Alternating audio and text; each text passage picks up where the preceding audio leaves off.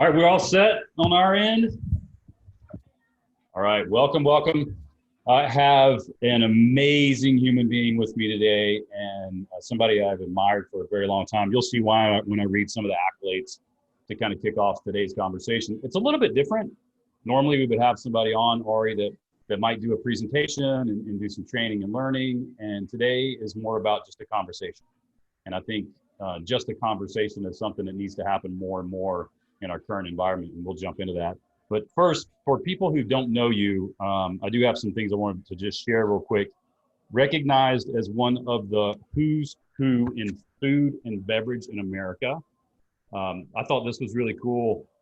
2017 named the world's top 10 CEOs. They lead in a totally unique way, which is 100%, 100% you for sure. That's by Inc. magazine. That's not an easy thing to do, is to be in the top. No, I don't know how they picked it, but yeah, here we are. Here we are. And then several books. You've got a latest book that we'll get to pretty quickly. Some of the things that I'm inspired by the work that you do is just your, genuine humanity in just the way that you live your life, in the way that you are in business, and the way that you conduct yourself. So first of all, thank you for being here. This is being recorded. We will push it out with a link so that people can go back and review it. It'll be on the website and the blog. So anybody who's registered will be able to come back around and check this out. And we got some people flowing in right now. So you and I had a conversation last week that I wanted to kind of kick off and start with. And it evolved around kind of the current state of the restaurant industry. This is a $120 million bill that's out there, and this is 11 million jobs, right, that are kind of in jeopardy right now. And I know you're at the center of this, both in an influential way and personally with all of your businesses around Zingerman's. So I wanted to open up our conversation and just catch us up on where we are. What is the current state of the restaurant industry? Yeah. How can we help? I think the bill is in billions, actually, not millions, because I'm just doing the math in my head. There's about 600,000 independent restaurants. So if it was 120 million, that would not get very much to each restaurant. But so yeah, good question. Thank you, Andy. When all of this stuff started with the pandemic, I mean, clearly pretty much almost everybody is negatively impacted. I've met a few people whose industries are booming right now. If you make hand sanitizer, you're in real estate or whatever. I think that those seem to be going okay, but restaurants are not one of them. In a good way, we want to contribute positively to public health. Clearly, packing people into restaurants and bars is not a great idea. And so I'm not bothered by our contribution to that cause of public health, because I'd like us all to be here for the long haul. But realistically, between let's say appropriate restrictions and between people's own anxiety about going out, sales in restaurants are down a lot. I don't mean 10%. A lot of places were closed for months. We were fortunate that here we were able to do carry out throughout. So for, let's see, middle of March, April, May, and in the middle of June, we were doing carry out in all three of our restaurants. That was not the case for many. They were shut completely. We reopened dining rooms slowly in mid-June. We were doing about 35% of typical sales in the early spring, and we gradually worked our way back up to 60, which I don't really like. Everybody on this call is financially savvy, so you understand that if you went from 100% to 50% in a week, you're in trouble. I don't like the 60%, but when I tell my friends around the country we've made it back up to 60-something%, they're like, well, we're at 30, we're at 20, we're at 40. I've met a few that are higher, but it's almost all like pizza delivery and stuff like that.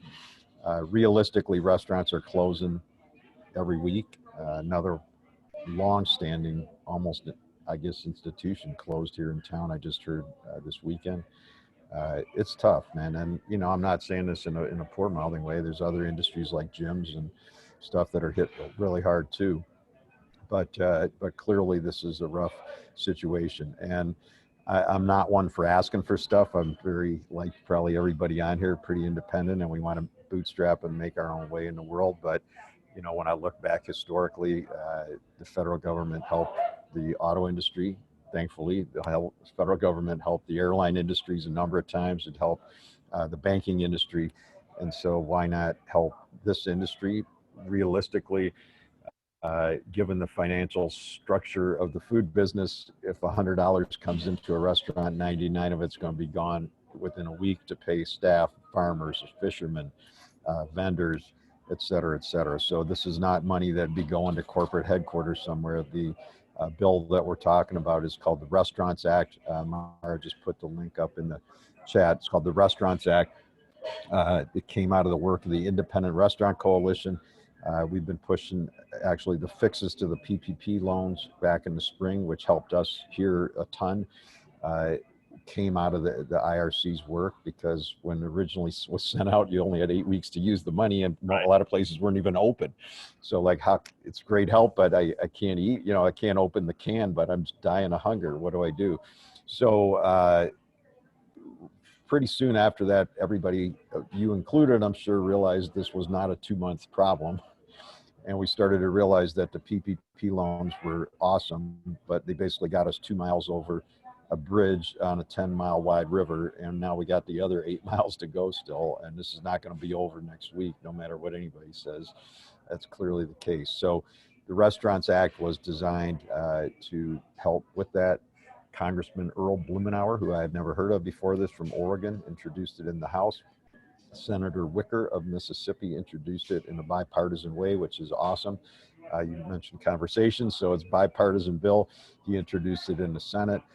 We got up to about 200 Congress people co-sponsoring, and about 41 senators, I believe. And 2 weeks ago, the House included it in the bill, stimulus bill, and passed it as we have introduced it. And now we're got to get through the Senate and the White House. So we're not done yet, but in football terms, I would say we started like at our own 5-yard line. Nobody ever heard of independent restaurants. There's no organization that has represented them in the past. So if we started at our own 5-yard line, we just got to the other team's 30, and we got to pass that to get to the 20 to get in the end zone. So we're not there yet, but at least we've made a lot of headway, and I'm hopeful that something like this could really help places. These are the institutions in every town in the country. So the link for this is saverestaurants.com. It is in the chat box. You can click on it and learn more about what you can do. And in our conversation last week, I invested in a restaurant, independent, here in town, in Nashville, and it was in 2009. It was on the backside of the recession. It took a long time for us to get that thing going. It truly is. And I was not an operator. I spent, almost no time in there. I was an outside investor. That restaurant finally closed during COVID. Like, I guess about 6 weeks ago, I got the letter that said, we're just gonna have to close the doors. And talk for a few minutes about, like, one of my questions for you is, why restaurants for you? And I think independent restaurants, the community around restaurants, and the experience of that kind of stuff is really important to the fabric of our country. So talk about that for a second. Yeah, I've been writing a lot about business as ecosystem, right? In the context of how we interact within our own ecosystem, and talking about beliefs and hope and all of that. But of course, any organization, yours or ours, and anybody on this call, our organizations exist in larger ecosystems, right? Which is our communities. And here at Zingerman's, we've been here 38 and a half years. We're coming up on this. Actually, the pandemic was our 38th anniversary present from the world. March 15th is our anniversary. But we've been here 38 years, and I'm not ever going to think Zingerman's is the most important part of Ann Arbor. That would be foolish. But it has become an integral piece of the community, and that's not coming from me. That's coming from a lot of other people. And when I've communicated through interviews and whatever about this bill, I just say, look, I'm not trying to be overly dramatic. I'm not saying we're going to close next week. We're doing still, despite the difficulties, better than many are. But realistically, we are not guaranteed that we will still be here down the road if things keep going like this. And try to imagine Ann Arbor without Zingerman's. And It doesn't mean the town's going to close up the next day. Life will continue, right? But people sort of look at me like, well, that can't happen. And Right. one of my friends in Memphis, not far from you, Kat Gordon at Muddy's Bakery, she's like, oh yeah, every one of our customers like, well, you guys will be okay. Everyone loves you. And she goes, honey, I can't pay the bills with love. Yeah. So it's really just trying to understand that this is where people meet. This is where people gather. This is where people come for births. This is where they come after deaths. This is where people get their first jobs. This is where people are connected into the community in meaningful ways. Uh, Two true stories just to sort of that epitomized it for me. One is a couple was in for dinner the other night, and I know one of them pretty well, not super well, but well, successful consultant in healthcare, whatever. Anyway, they had a nice dinner. I chatted briefly with them while they were here, and I saw her next week. Same woman back for dinner, and she's like, thank you so much, it was awesome. You got to understand, like, my significant other did not get out of bed for 36 hours. They were so depressed, and I talked them into coming here, and this changed the whole mood, right? So that kind of stuff. And then similarly, I got an email a couple weeks ago, 3 weeks ago, I think, from a woman, uh, not young, but younger than me. Her family's been coming to our businesses since she was born, probably. So she was probably about as old as the business. Her mother, who I know, it turns out has brain cancer. She's not doing that well. They clearly have a hard time gathering people right now. She was like, is there any way you guys could cater something on the block outside so the whole neighborhood could gather? And we did. And I can barely tell the story without crying. But I mean, like, that's the kind of role that you play with people, is that you're part of their life in a meaningful way. And it's not just Zimmerman's. I mean, it's like every town in the country got a cafe, they got a local diner, they got a restaurant, Cafe Pasquale's in Santa Fe, whatever. Pick your town, you can name the places. Biscuit Love in Nashville is one of my good friends. Oh yeah. He started out of a food truck, Yep. and used to come over to the factory, which is about a mile from me on Saturday mornings, and he did his food truck first, and then he went Yep. into the restaurant itself. So I've been there a few mornings. Yeah, it's awesome. Yeah, well, if Carl's there, tell him I said hi. Well, I think the importance of the community of restaurants, independent restaurants, and this kind of vibe and care that they provide for a community. And as a founder of that, and somebody who owns and runs those, my question is, like, what is the DNA in what do you bring that causes you to want to do that type of a business? What is Well, it's in honesty, it's pretty much the only work I've ever done. When I was in high school, I did deliveries for a paper company, not newspapers, but like they did international trade of papers. So this is before faxes and email and everything. So they had to get the like bank documents for the letter of credit delivered to the bank and stuff signed and samples delivered. So I was like the high school errand boy that would try to stay awake driving on the highway to get the stuff there. But obviously that wasn't that exciting. When I grew up in Chicago, came to Ann Arbor to go to school at University of Michigan, study Russian history, particular focus, which we may get into on the anarchists. After I graduated, while I was in school, I drove a cab part-time. I guess in hindsight, driving was part of my early career, but it wasn't that exhilarating. I drove a cab part-time. That wasn't that much fun. One of my roommates was waiting tables in a restaurant downtown Ann Arbor. Ann Arbor's only 100,000 people, so downtown is like 13 minutes from the edge of town. Anyway, I went in there looking for a job as a server. They interviewed me, said they'd call me if I'm open. I waited 2 weeks. They hadn't called me. I went back, reapplied as a busser. They said they'd call me. I waited 2 more weeks. They still hadn't called me. I went back and said, hey, I'll do anything. And I now know this is called emotional resilience. But anyway, I went back and said, look, I'll do anything. And they offered me a job as a dishwasher. And I was like, sure, I don't know. I've never worked in a restaurant. I'll take it. So that's really how I got started. And to be honest, I totally just lucked into work that I really love. I mean, so I came to love food and cooking. I've met great people. Paul Saginaw, who's been my partner in all this from the beginning, was a line cook. Frank Carollo, who's one of our partners in our bakery, was line cook with me.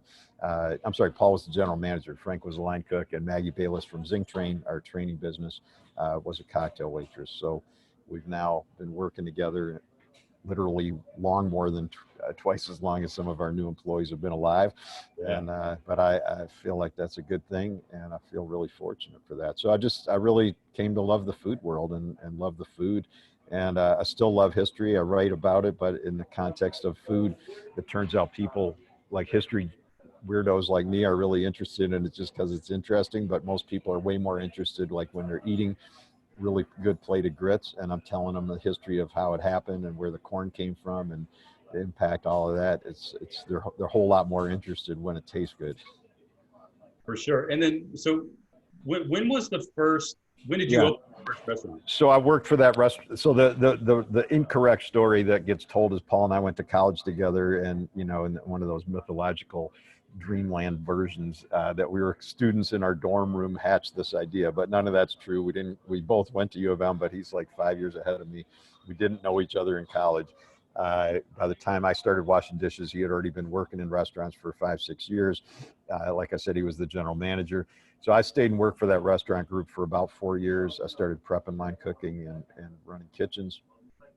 Paul left about halfway through that and opened a little seafood market here in town called Monahan's, which is still one of the best in the country. And he and I stayed friends. Fall of '81, so actually it's coming up on whatever anniversary that would be. November 1, '81, I gave 2 months notice.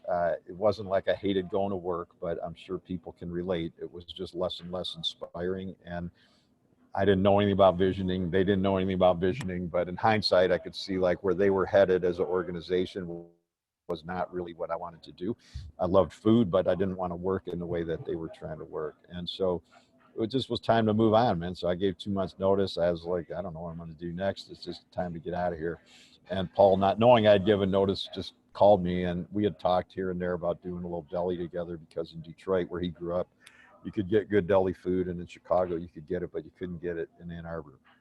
So somehow within like a week, we decided we were going to open.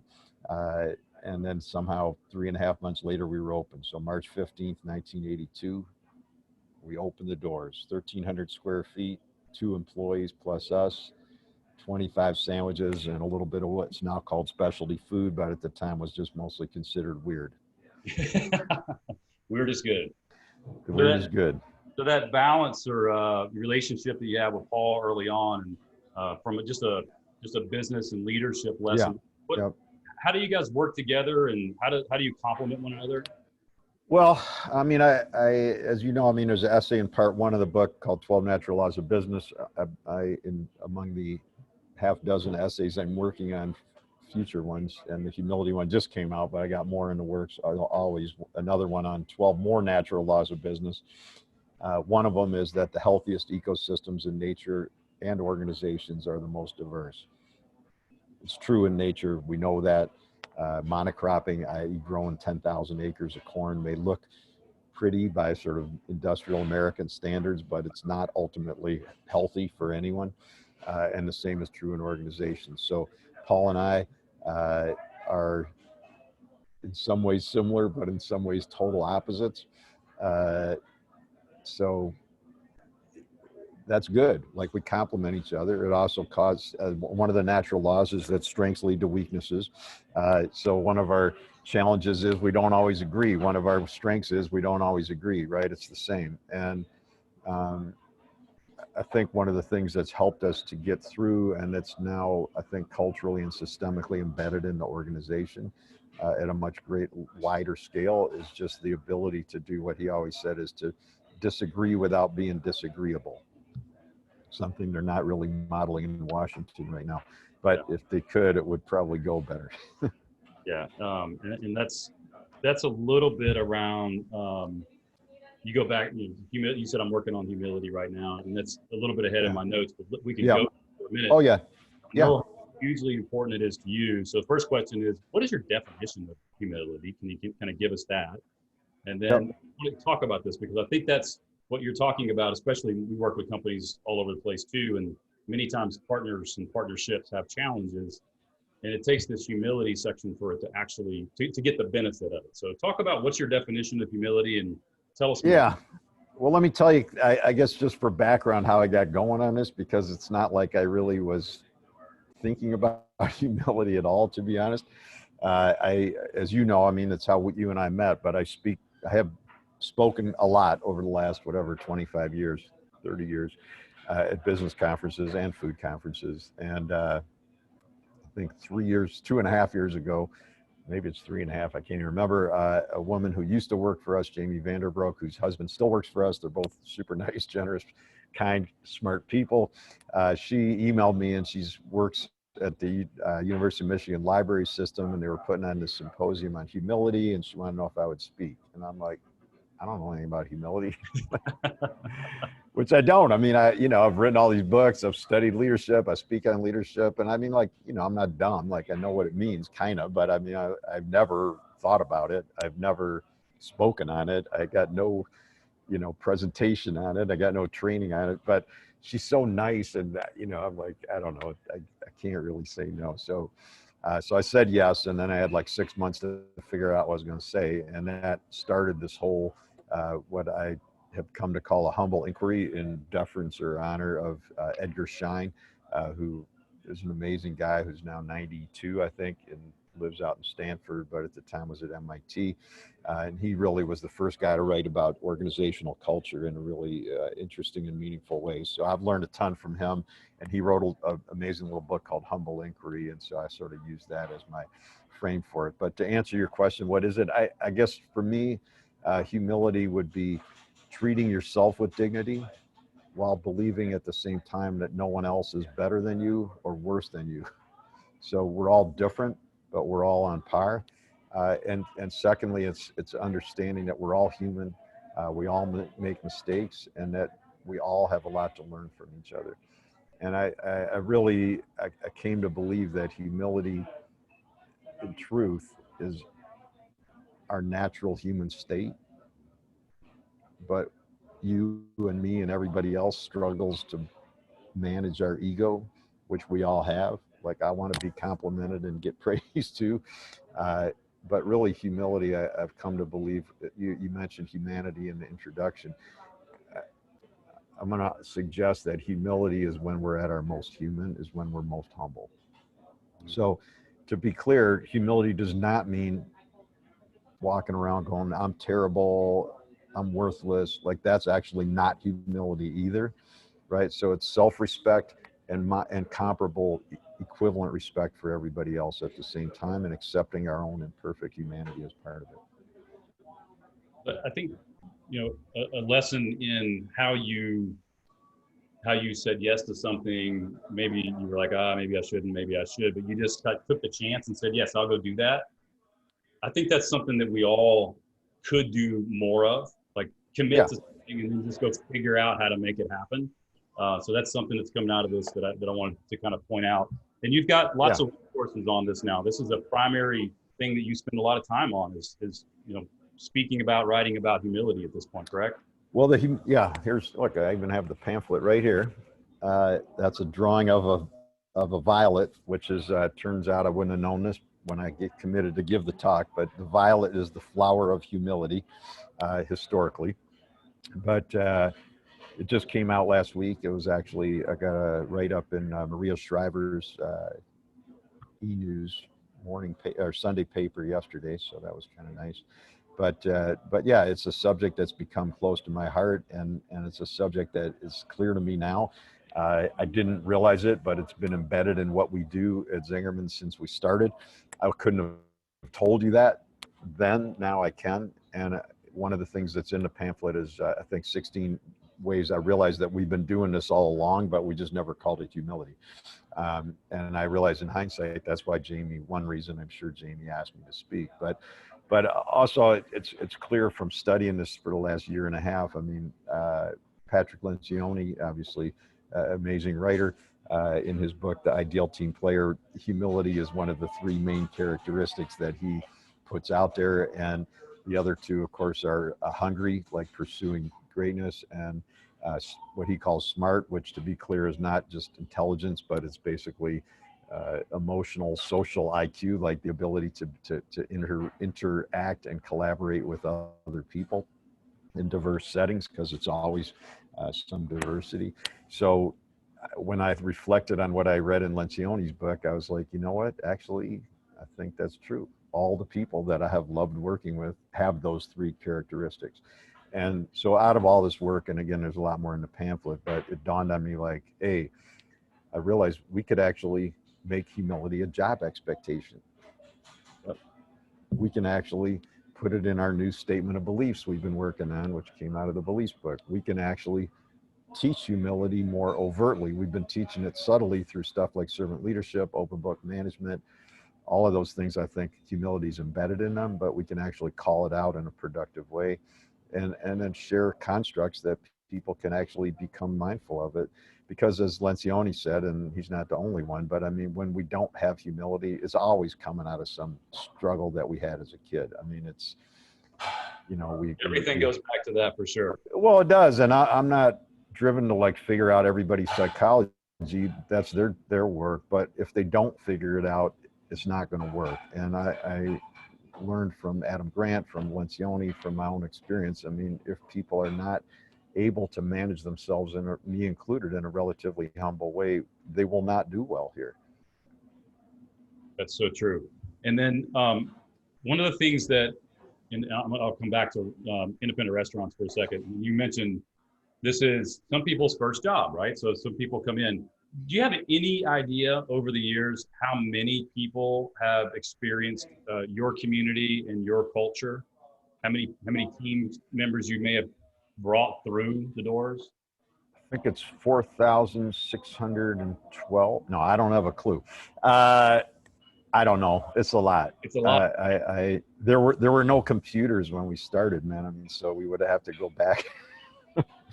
But I don't know. It's a lot, and I in humility, I will say without question, because it happens all the time, is like there's people who worked here 25 years ago, and they're still like, I'm using what I learned when I was there. And to be honest, it's not just us either. I mean, I spoke, I don't know, Mara might remember, it's probably 7, 8, 9 years ago, if not more, at a conference in California. It was a wine conference.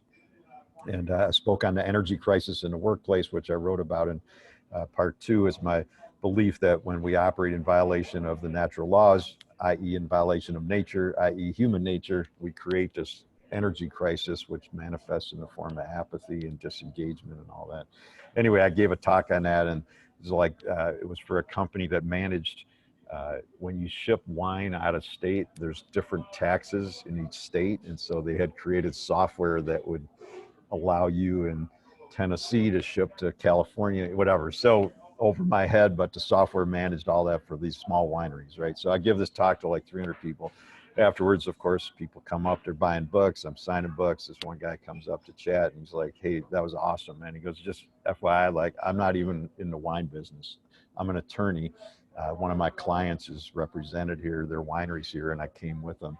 And he goes, but you know, I when I was in law school, I worked in a restaurant as a waiter. And he goes, I always tell all the young lawyers, like, you really should spend a year working in a restaurant, because you got to learn all these skills. And he goes, like, if something goes wrong and the customer's unhappy, you can't just go, well, let's meet next week and go over it.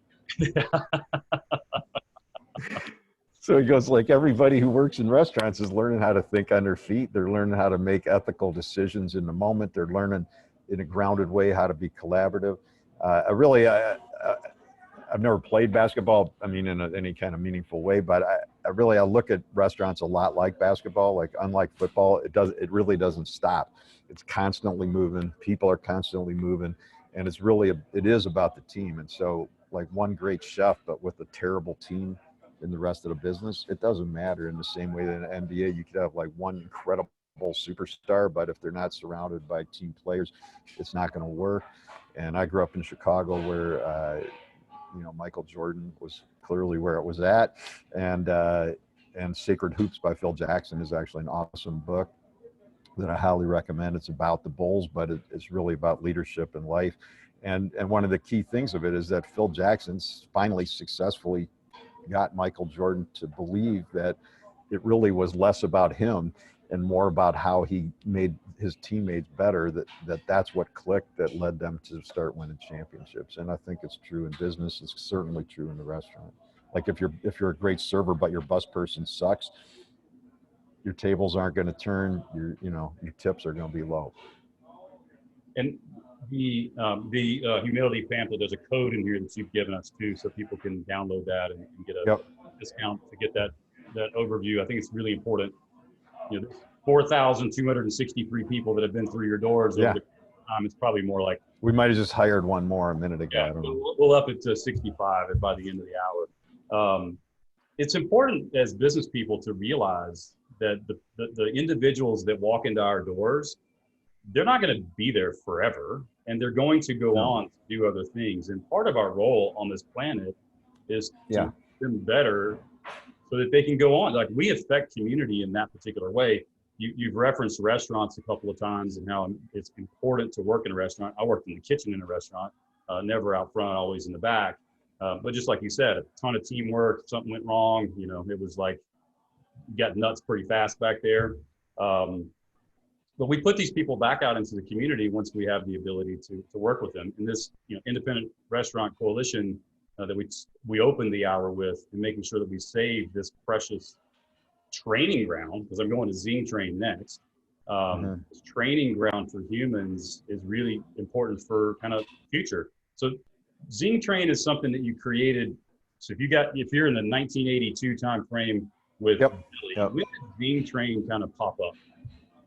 So I was just going to say, in the spirit of what you're bringing up, I'm writing for this week's e-news, which I need to spell check and send in right after we get off the call. But anyway, on servant leadership, and that's one of the key principles of our leadership, our organizational philosophy. We've been using it since the late 80s, after Paul and then I read Robert Greenleaf's book, Servant Leadership, and I've written about it already, but this is just sort of a revisiting and how important it is. But one of the key parts of servant leadership is that, just like you said, the work is to elevate the lives of the people in the organization. And I was saying in the e-news, like, I've been around it so long, through Zing Train, through the books, through writing. I mean, it's 30 years that we've been working at it. Like, I know it's not like that everywhere, but I kind of forget. And I sort of feel like, we all do stuff wrong, but like, when we know it's wrong, we try to hide it, right? Like, you don't brag about it. And I'm like reading the newspaper over the weekend, and I see one thing from a guy that's like, the CEO should never carry their own luggage. It makes them look really ordinary and mundane. And I'm thinking, like, are you serious?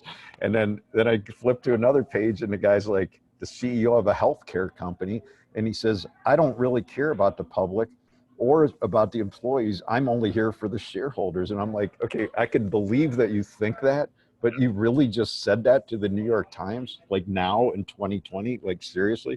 So I forget that it's not the norm.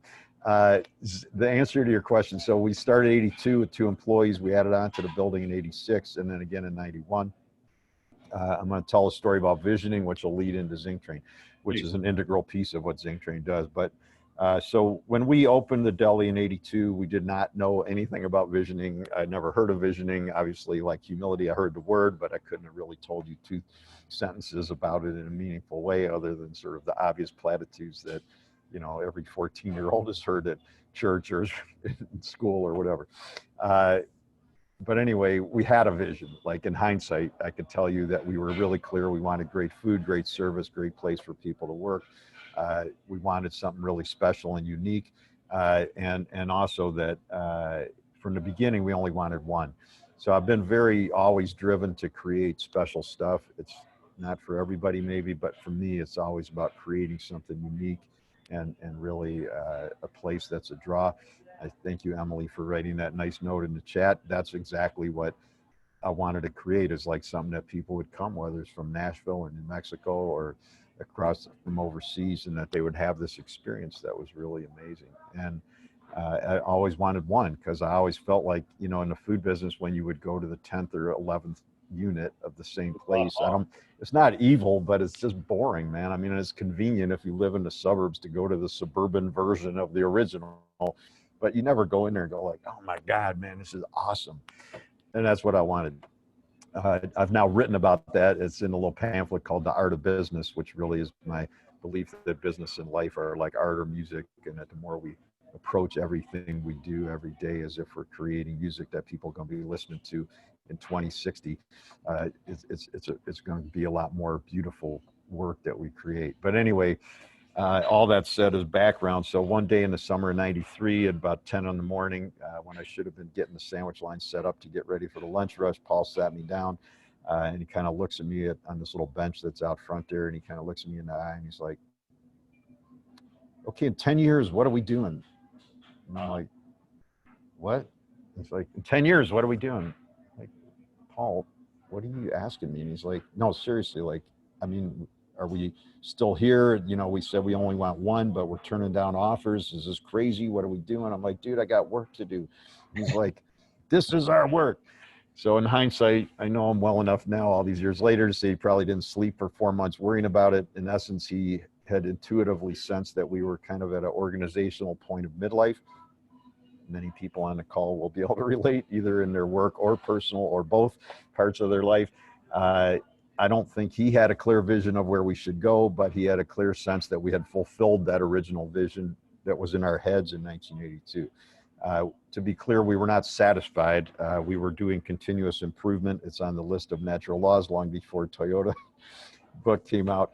It's just the way everybody who's doing great work is always been, whether it was 500 years ago or a poetry teacher or a basketball player. Everybody that's great is trying to get better. But anyway, there's a difference between trying to improve what you have and having a really clear vision of where you're going in the long term. And we no longer had that long-term vision.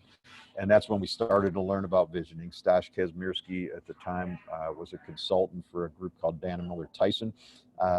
Their office was down the block. I don't actually have an office. That's why I'm sitting in the Roadhouse. But if people work in offices, they know that one of the key elements of working in office is you have to get out of the office. And so now you have to get out of your living room, but whatever. So they would come down the block to get coffee, and that's how we met them. And what some of Stash's work was around what he had learned from a guy named Ron Lippitt, who had worked at the University of Michigan Institute of Social Research in the 50s, 60s, and 70s. And Ron Lippitt called his work preferred futuring. We learned it from Stash. We evolved it, and we call it visioning, but it's basically came out of Ron's core research. Stash taught it to us. Actually, he used it on us. I couldn't have taught it to you because I didn't really understand it, but that's the first time we actually wrote a vision in the way we now do it all the time. And it took a year of arguing, eye rolling, like we talked about, long curse-filled conversations. But we came out of that year with a vision called Zingerman's 2009. It was written finished in 94, so it was 15 years in the future. Unlike the business school version, and I never went to business school, but unlike the business school version of vision, it's not this like 4-line little thing. It's 6 pages long. The vision is a description of what your life individually and or collectively will be like when you arrive at that point in the future. And that's where we described for the first time having this community of businesses, which would all be located here in the Ann Arbor area. I have a very strong belief about doing business in the community in which we are present. I'm not saying it's the most evil thing in the world to open elsewhere, but again, I think you lose the energy, you lose the connection to the community in the same way that people don't talk. Like my girlfriend's a organic farmer. She's got a hoop house, 1,000 heirloom tomato plants, 800-900 pepper plants, some other, but like nobody, and people love her stuff and she's awesome, but like nobody goes, Tammy, I'm going to put together some venture capital and we're going to open 1,000 of these all over the country. We'll call them Tam Chop farms everywhere. Like it doesn't make sense because you're in the soil in which you're working. You're in the ecosystem in which you're working. And that's how I've always viewed business. So anyway, that we would open this community of businesses where each business would be a unique business. So that way we didn't replicate the deli, going back to that, but they would all be interconnected as one synergistic community. And synergy sounds like sort of a fancy 70s buzzword, but it actually comes from the anthropologist Ruth Benedict, who studied Native American tribes in the 1930s. And what she found is essentially that the most successful, the thriving tribes were the most collaborative. And so what synergy literally means is that if I help you, I'm inadvertently helping myself, whether I meant to or not. And if I do something for myself, whether I meant to or not, I'm helping you, so that each business would contribute to the others. So that's when we first rolled out that vision. And Maggie Bayless had worked in the restaurants as a server when we were there. She was a German lit major from Oberlin. Went to, of course, work in a restaurant. And then, but she actually went back and got her MBA at Michigan. And after she graduated, she had gone to work at General Motors, as she says, for long enough to make sure that was what she wanted to do. She was there at the same time, she always says, as Ross Perot. And she goes, I like to think we both had a lot of good ideas that nobody listened to, but they paid him a lot of money to leave, and I just left. So anyway, when she saw, we still knew her. And so when she saw that vision that we wrote for having these separate businesses, and I didn't mention, but with managing partners in these business, somebody who really owned it and had a passion for what that business was going to do. And as she tells it, like, she would go home always and lament to her husband because she had fallen in love with training, corporate training work, training design. So you go like, why can't I find a business that does that work, that's running their business like Ari and Paul are running Zingerman's? And then he goes, well, they got that new vision. Why don't you go talk to them? And that's really where Zing Train came from. So when they write the business school stories about us, it's often mistold that Paul and Ari were so insightfully smart that we thought of this strategic thing to see how people were going to want to learn our stuff. But it's actually not true at all. Maggie came to us and said, hey, it would be really great for you guys organizationally to have a training piece where we could be like the corporate knowledge base, so to speak. They didn't have the knowledge base term, I guess, in 1994. But anyway, and that where we could help involve the training and deal with these calls you're getting about training from other businesses around the country. So that's how it started. And it started with just her in her attic with a trifold brochure and a fax modem and a computer in 1994. And, now it's evolved to, I don't know, Mara will know, but we have 10, 12 people working full time. We've done training all over the world. I write the business books, as you mentioned, so all of that stuff's getting trained. And Zing Train was hit very hard in the first week of the pandemic because our whole specialty is in-person seminars with lots of interpersonal contact. Right? Yeah, and then going out to go do keynotes, right? Well, none of that's going on. So they went from having really fabulous few years to like no sales in 5 days. And now we've brought back a bunch online. And so Mara, in a wonderful way, has just posted the links, and I'm doing this talk on the humility pamphlet tomorrow. That's free, but we do a lot of seminars and stuff online now. And I'm hoping that one day there'll be a vaccine. Yeah. We can start getting on planes and going places again, and we can have y'all come to Ann Arbor and do training. We can, I've watched you in that space for a long time. And I dig into it, seen you on stage multiple times, we've met. But this Zing Train thing is, because of it evolved through the business. And as you said, you had a superhero that showed up and recognized something that maybe you didn't see. Yeah. That, hey, yeah, might be cool if we did this. Can I just give it a shot? And you guys said, yeah, go give it a shot. That happened. Well, yeah, it was slightly longer conversation than that, but not that much longer. At that time, we were still relatively small. But yeah, that is what it was. And this is, again, like you said, it's about a belief in other people. And really our work is to help through that vision was to help other people's passions become a business reality where they could be an owner and a partner in it in a way that had been meaningful to me and Paul. We wanted to create that opportunity for others too. So two things, and I want to be cognizant of time. There was a quote that I wanted you to expand upon that I read. Yep. Our beliefs are like our root system of our world. Although you generally can't see them, everything that happens above the ground is a function of them. Yep. Can you just expand on that? Yeah. Well, this is the humility pamphlet, very narrow. This is the beliefs book, very big. So like humility, I really didn't know much about beliefs. I just got going on it in essence because one day I was reading Bob and Judith Wright's book, Transformed. They have the Wright Institute in Chicago.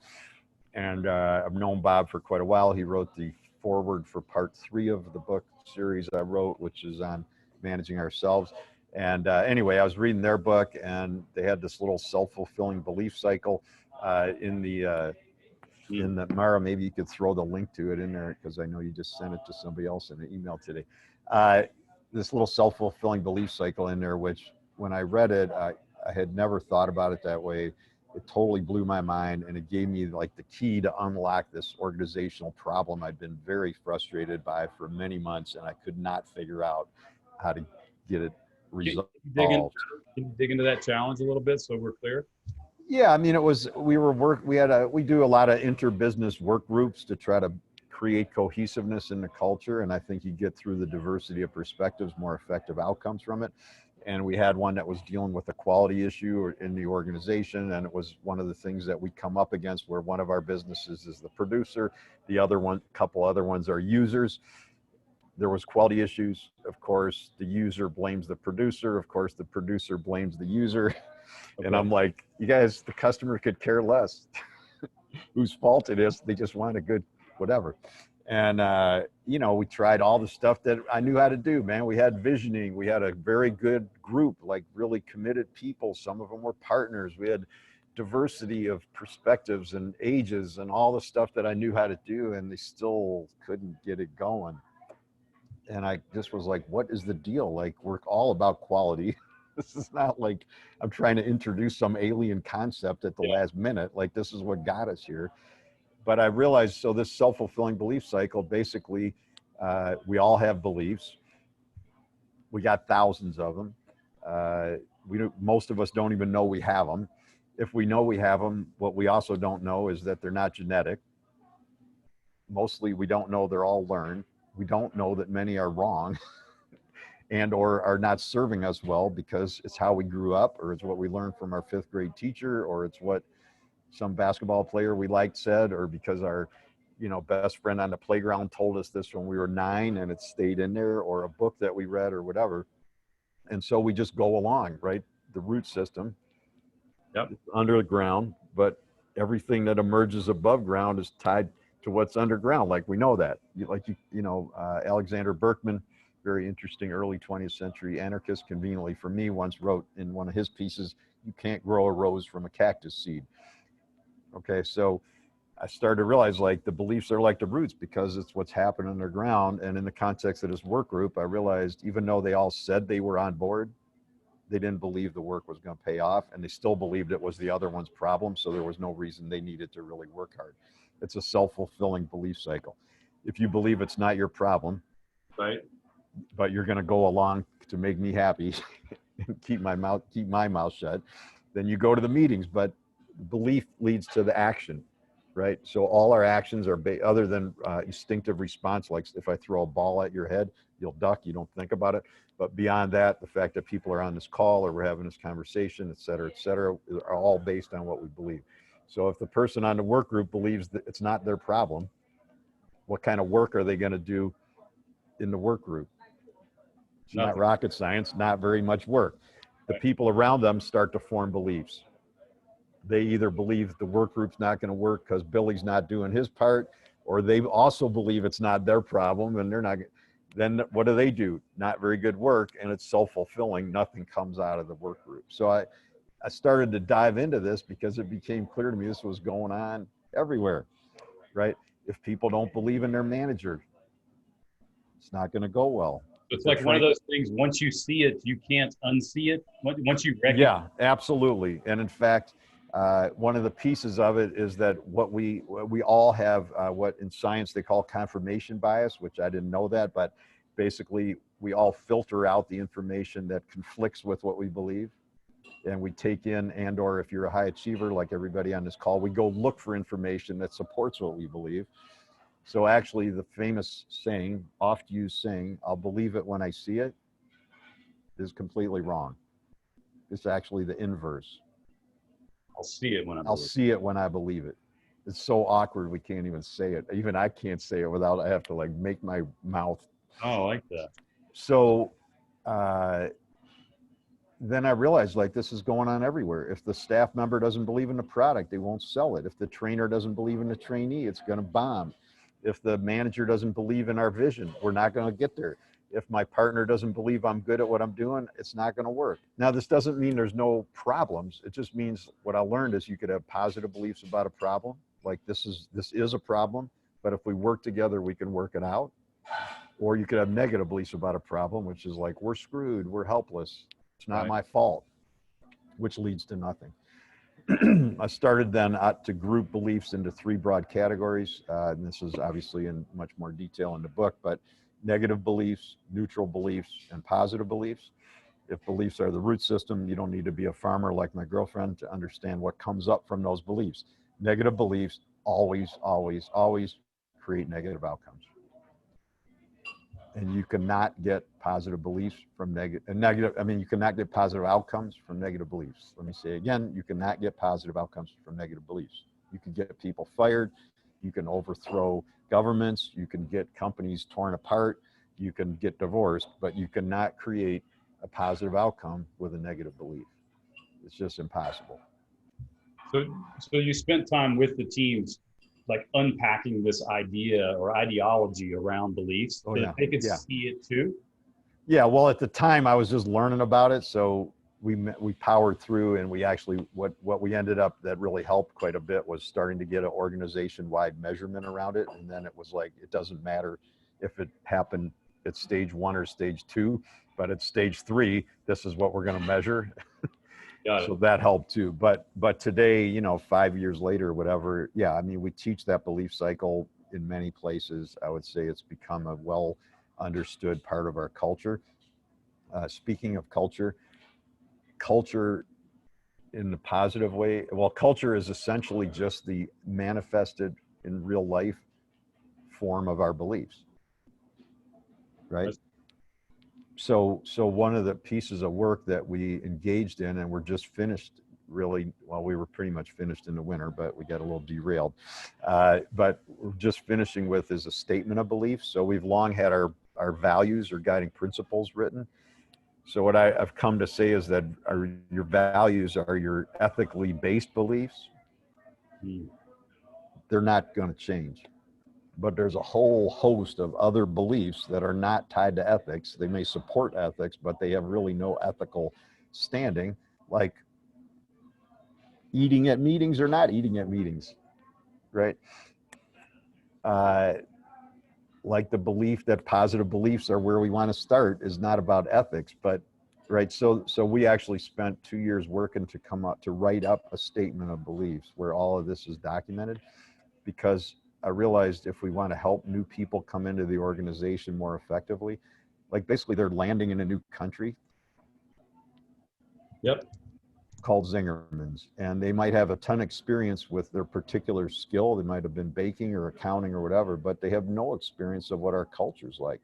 And so we're kind of trying to train them, but why do I got to wait for them to keep bumping into the walls to tell them where the walls are? Like, I could just tell them, here's the wall, don't go there. And if you don't like that that's where the wall is, it's probably not a good place for you to work, right? So we can talk about our belief in diversity. We can talk about our belief in visioning. Like, I'm not saying people can't live without a vision, but here we believe in it. If you think it's a bunch of bullshit, don't work here, dude. It's totally fine. There's like thousands of other places. We believe in servant leadership. If you don't, totally cool. I don't disrespect you, but it's not worth coming to work here. So we can get all this out up front. I don't think it's going to fix all our problems, but hopefully it's going to improve and ease the cultural orientation of people into the organization. And it's also going to help with decision making, because when you can basically go back to here's where we're supposed to be and then compare it to the reality we're struggling with, I believe it will make it easier, not simple, but easier to make those difficult decisions. Yeah, I love because when you start talking about beliefs, and I haven't read that big book I haven't read yet, so I got to go back and grab that one. Yeah, but you can, I think that discount code works for all the books actually, Mara, is that correct? Yeah, I'll jump over there. We'll share this information too in the recap. But the idea of being able to recognize it once you understand it, in my mind, I'm like, yeah, I can kind of see that just in interactions over the last couple of weeks. Oh, yeah. And then once you recognize it, you can actually do something about it, rather than just like you said, we're stuck. It just doesn't ever fix. Why does it never? Well, hell, there's just not a belief system that supports that anybody wants to go fix it. Yes. Really, and to be clear, this is going on at home. This is going on at your kid's school. This is going on your favorite sports team. It's everywhere. And so, and then because of that filter, where we filter out what doesn't support our beliefs, regardless of one's political perspectives, this is why you have half the country, or whatever the numbers are right now, reading the exact same story and arriving at exactly opposite 180-degree conclusions, because their beliefs are just totally different. So one says, oh, there was a shooting in a school. One says arm the school. The other one says ban guns. And I'm not going to get into it now, but it's like, it's the same story, but they end up at completely opposite. Well, listen, I'm going to grab one thing. Yeah, do it, man. I'm running. I'm just kidding. I forgot to bring this over to my desk because I want to ask you one last thing. Tell us about Food Gatherers.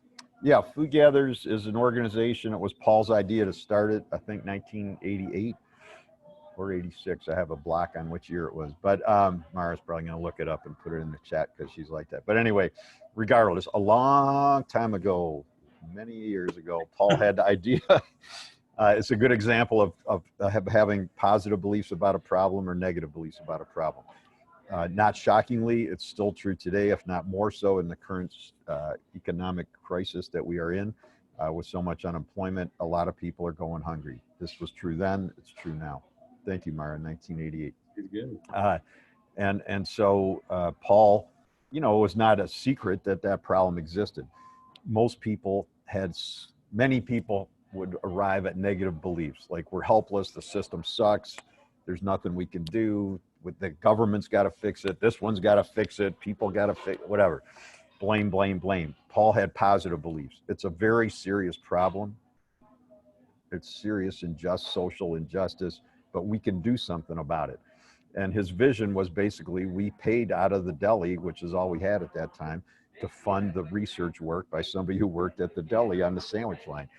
She did the research. Then we used our delivery van from catering and put her on the road 3 days a week after working with the health department to get clarity around all the legal and safety regulations. Put her on the road, 3 days a week to pick up perishable food from other restaurants and from our own and get it to the shelters. Because the reality then, and often now, although at least now there's more of these organizations, but you have a restaurant on this corner and then 5 blocks away, there's a shelter with people going hungry. In the restaurant, there's always some food going to waste, no matter how good you are at running the kitchen. I'm sitting next to Bob Bennett, the head chef, so he's right here, and he's doing a good job with keeping waste down, but there's still like lettuce that gets brown or soup that gets scorched or whatever, and it's not unnutritious or unhealthful, but you're not going to serve it. And meanwhile, 5 blocks away, there's some guy who hasn't had a meal for 2 days, right?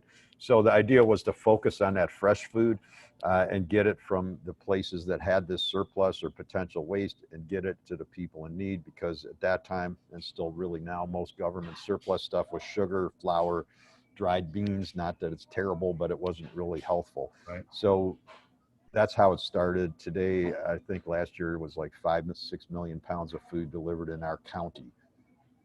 And this is a fairly financially healthy county. So you can only imagine where there's really a lot of poverty. And that includes small towns, it includes the bigger towns. It's not tied to cities or rural. There's rural poverty. I have friends in Maine. There's a lot of rural poverty. There's poverty in the urban areas too. And that's really where it came from. It's its own nonprofit. It's won a bunch of awards. We're just a big contributor. They do their own thing and they do it well. Well, obviously serving the way you're serving today is important. From a look, there's a challenge, let's go figure out a way, and not stopping in the first roadblock or second roadblock. Right. Or we can't do that because of the health department. Most people would just walk away because they don't want to figure out how to go through that wall. Yep. But Paul figured it out. And, that's what you go do. Yep. Well, and that all ties back to the same stuff. You got to believe it can work. If you don't believe, you give up. Also in this giant book, there's 2 essays on hope and how to build hope, because it's another thing I didn't know about, but I realized we actually unwittingly are crushing hope and or enhancing hope. And when people have no hope, they don't do good work. When they do have hope, they do good work. He had hope that you could do this. And it turns out that people with high hope generally have multiple paths to get there. Everybody on this call fits that category. You wouldn't even be on here. But a lot of people out there have low hope. They were raised with low hope. They've come up against a lot of obstacles that are socially quietly in place. Their family didn't, you know, whatever. There's a million things that can go wrong, but having hope is really what pushes you through. Well, listen, we've shared tons of links in here. We will put this in the recap. We'll get it out on social media so people are aware of it. Make sure everybody go check out that website with Save Restaurants. Yeah, and then also I'll say, Andy, my email is ari@zingermans.com. And Mara, if you want to throw the e-news link in there, if you didn't, that would be awesome too, because I do an e-news every week that people can get more of this kind of information all the time, as well as food, because we do sell food. And Zingermans.com is where y'all mail order all those coffee cakes and cheeses and breads and olive oils.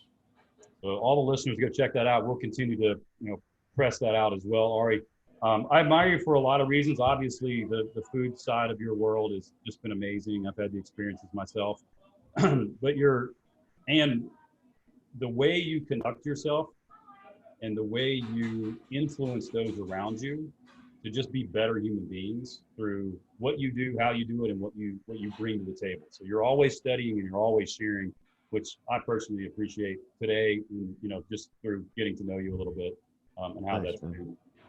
Trying a lot more to learn and a lot more to do better, but thank you. 100%. That's why we show up every day, right? It's like, absolutely. What do we got to go do better? We support an organization called Tiny Superheroes here. Mm-hmm. I met an entrepreneur a couple of years ago in St. Louis, and her whole company, their mission is to change the way people view childhood disability. And they create these little superhero capes. That's what I went over there and grabbed. And they send these little superhero capes to kids that are dealing with, an illness or disability. Yep. And they create these little superhero cards and just make them feel good. And we're going to donate dollars to support some of these kids. Awesome. So Tiny Superheroes will be a piece of that as well. Listen, that's fantastic. You with me today, man. A ton of great information. The time flew by. So always reach out if I can do anything for you or reciprocate in any way. And all you listeners, we do have this recorded. We will be sharing it. And Ari's a friend of Petra, friend of mine, friend of yours, so a friend of the planet. So anything we can do, let's jump in. Yeah, please email. And if anybody on the call happens to be good friends with one of those senators, we only need 9 more and we're over the top. So over the hill, I was going to say, in a good way. But anyway, thank you all so much. I'm looking forward to when we can get together in person again, and where all this stuff is just a good story of how we all survived it. And thanks for doing what y'all do. All right, brother. I'll see you around. Take care, man.